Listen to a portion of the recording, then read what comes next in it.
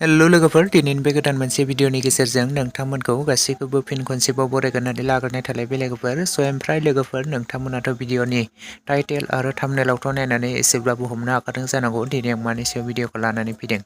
लोगोफोर, दायो आं नोंथांमोननि सेराव लानानै फैलायबाय मोनसे गोदानै मस्ट कमेडियान बर' शर्ट मुभिनि सायाव आपडेट भिडिअ लानानै। लोगोफोर, नोंथांमोना बे मोनसे गोदानै शर्ट मुभिनि सायाव आबुङै मिथिनो थाखाय फार्स्टनिफ्राय लानानै जोबजासे नायलांबाय थायोब्लानो जाबाय लोगोफोर। लोगोफोर, बर'नि सासे बयजोंबो सिनायजाखानाय सासे करिय'ग्राफार बिथां सोमावसार बसुमतारीनि बिथांनि स्ट'रि स्क्रिप्ट आरो डाइरेक्सन होनायाव मोनसे गोदानै शर्ट मुभि, जाय शर्ट मुभिनि मुङानो जादों फान्दायसुला।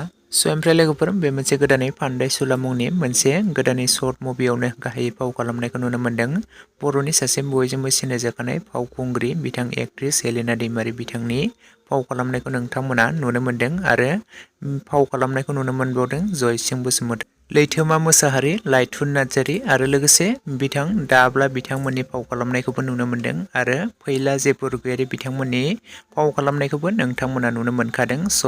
बे मोनसे गोदानै शर्ट मुभिया जोबोरैनो इन्टारेस्टिं जादों। नोंथांमोना जुदि दासिमाव सोरबाफोर नायालासिनो थादोंब्ला आरो नुसनबायाखैब्ला बयबो नोंथांमोना थांनानै नायहैनो हागोन।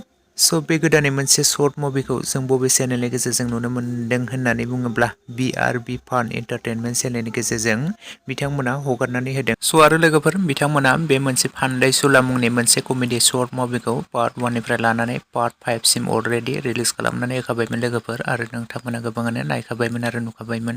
आरो नोंथांमोना बे मोनसे कमेडि शर्ट मुभिनि एपिसड 6 खौ गोबाङानो नायनो थाखाय एक्साइटेड जाना दंमोन। गोबाङानो कमेन्ट्सबो खालामदोंमोन माब्ला रिलिज खालामगोन होननानै। लोगोफोर, बे मोनसे कमेडि शर्ट मुभिनि एपिसड 6 आ फाइनालि रिलिज जाबाय। जुदि नोंथांमोना दासिमाव सोरबाफोर नायालासिनो थादोंब्ला BRB फान एन्टारटेनमेन्ट चेनेलनि गेजेरजों बयबो थांनानै बेनि एपिसड 6 खौ नायहैब्लानो जाबाय। आरो दासिमाव सोर सोर नोंथांमोना बेनि एपिसड 6 खौ नायखो आरो नायनानै माबोरै मोनखो, बयबो कमेन्ट सेक्सननि गेजेरजों लिरना फोरमायहरदो।